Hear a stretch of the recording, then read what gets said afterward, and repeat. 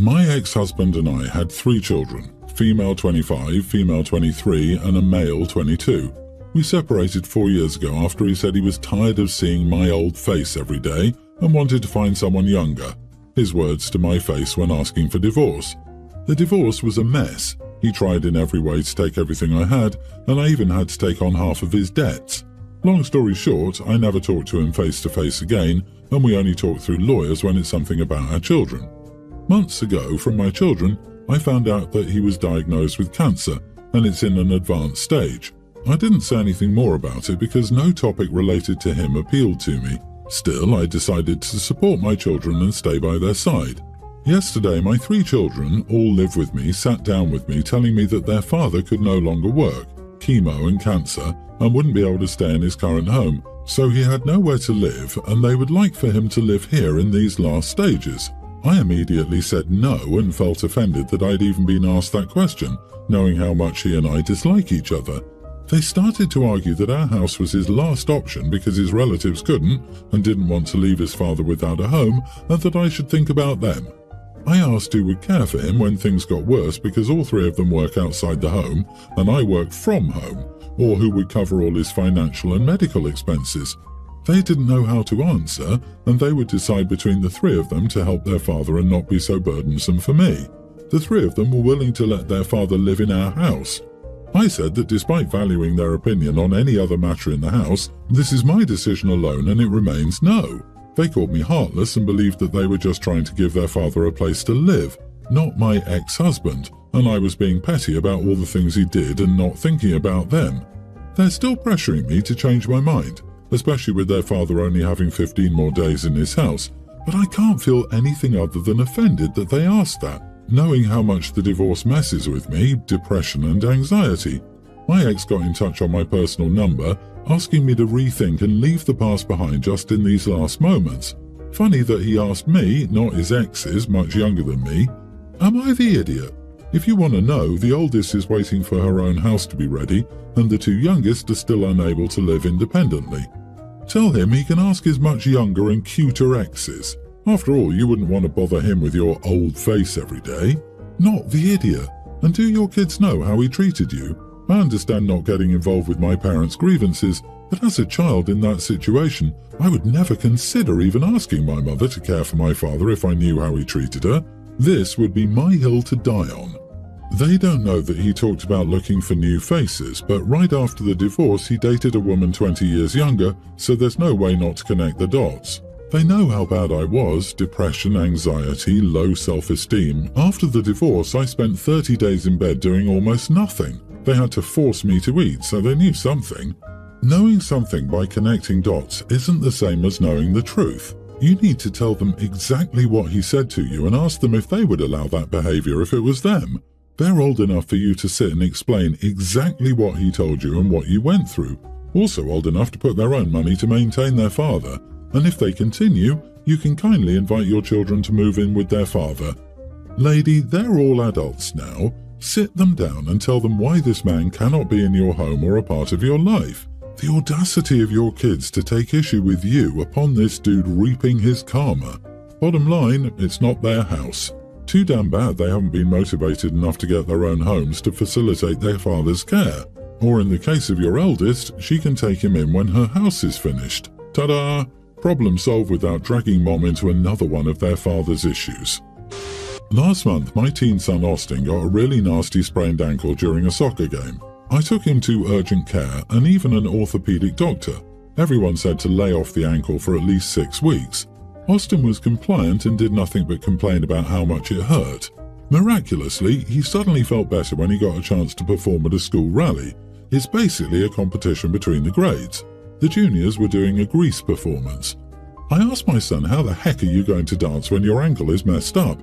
He said it felt fine and he's stretching. I spoke to his mom and she said let it be. I said okay, but you're paying any medical bills whether you make your deductible or not.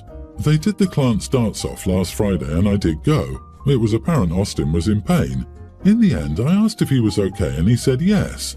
At the end of the school day he texted me and asked if I could pick him up because he couldn't walk on his ankle. His ankle was like a loaf of bread. I took him to the ortho doctor that same day, and the ortho said not only did he have a grade 3 sprain, he was grade 2 before, but his ligament was torn. He said we could try resting it and rehab, but his ankle will likely be unstable and subject to chronic injury, especially if my son isn't taking it seriously.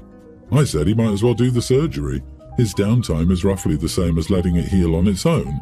I spoke to his mom and she said she needed to give them her insurance information. Yes, our boys have double coverage. Our employers pay 100%, so obviously we didn't turn that down. Long story short, her insurance covers 65% and mine covers 35% with a copay of $3,000. The bill wasn't issued until after the surgery, which was on Tuesday. I told my ex I'm not paying crap on the copay. That's on her. After I said no, she told him it was okay to do the dance thing. She said that wasn't fair. I said too bad. This was all totally preventable. She said I'm obligated to pay half, and I said take me to court then. It will cost you more to do that and I'll countersue you for things you were supposed to pay half, but I paid 100% because it was easier. Edit. To put into perspective how irresponsible my son was, he had his friend on his shoulders while another friend was swinging off the legs of the friend on his shoulders. Then he was lifting girls too. He wasn't even wearing an ankle wrap. Toward the end, he was literally dancing on one foot. Not the idiot, and I agree with you. She made this decision, she should pay for it. However, what do your custody papers say? You could be liable, and not paying according to the directives in your custody papers could put you in a terrible legal position. In principle, though, I agree with you. Everyone's the idiot here. Nobody here is paying attention to what is the most important thing, your son's health. Making a drama about money, OP, letting the son do irresponsible things, his ex, and not giving a damn about the doctor's orders, OP's son, are 3 crappy ways to deal with the situation. At least OP's son has the excuse of being young. So dad should just shut up, get ignored and cover the bill, right? Man, I have sprained my ankle a lot, and your son outdid anything I managed to do. I've pushed through some of them and others have sat me down, but goddamn, that was really a dumb thing to do. Like, I just think of how badly I've hurt myself, and I've never been told to rest a full 6 weeks for a sprain, and then he hurt it worse. OP could have called the school and informed them that because of the injury his son was not allowed to participate in the dance instead of just shrugging and letting it happen. You are the idiot. Neither of you stood up to the teen and told him not to do it or that there would be consequences. So pay up. Split it 50-50 since it's both y'all's fault. My daughter is an outstanding student. She's been on the honor roll throughout middle school. She's in 8th grade and in the advanced track. She's in some regular classes like Spanish, vocab, etc. They don't have advanced tracks for those subjects, and the whole class, 50-ish, gets all the same homework. All the lockers were in the hall, but there were no locks on them. The school didn't allow locks due to many middle schoolers forgetting their code and locking themselves out. Really, it was the honours system. It wasn't uncommon for my daughter to help students out with homework if asked. Over time she got sick of doing it and stopped. Since Christmas break she's been struggling. Before I thought she was messing up, but no. She would do homework which would be missing when it was time to turn it in. We bought new organisers and she would be missing stuff. I knew the work was done, but it was missing. Then, 2 weeks ago, she was accused of cheating since someone had almost the same essay as her. We also noticed only her physical stuff in the normal classes would be missing, not her stuff on the computer. Some teachers are old school. She was extremely frustrated and was on track to get C's in some of her classes. She told the teacher and no one believed her. So she recorded her locker only to discover that another student was taking her work. Let's call that girl Beth. My daughter was not quiet and turned in the proof to her teachers. Basically, the whole grade knew she was stealing homework. I got a call into the office and they're fixing my daughter's grade, and Beth's mom was trying to get her in trouble for bullying. I told her after a while that my daughter wasn't a bully, and clearly her daughter was a thief. She called me an idiot, and I refused to allow my daughter to get in trouble. Edit, according to the teachers, both girls have messy handwriting, so they didn't notice. Not the idiot, OP, you called a thief a thief. The fact that her mom was trying to flip it on your child makes it clear that this kind of behaviour is, at best, tolerated, and at worst, supported by her parents. Beth's a brat, and this is probably her first instance of actions meeting consequences. May it be a memorable experience for her. You defended your daughter from a parent who basically was encouraging their own daughter to be a thief. Beth's mom was throwing out the bully accusation because she had no other card to play. Her daughter was caught red-handed, throwing stuff at the wall and hoping something would stick. Beth's mom should be ashamed. You, on the other hand, should be proud of your daughter's persistence. She knew something was wrong, fought to figure it out, and got justice in the end.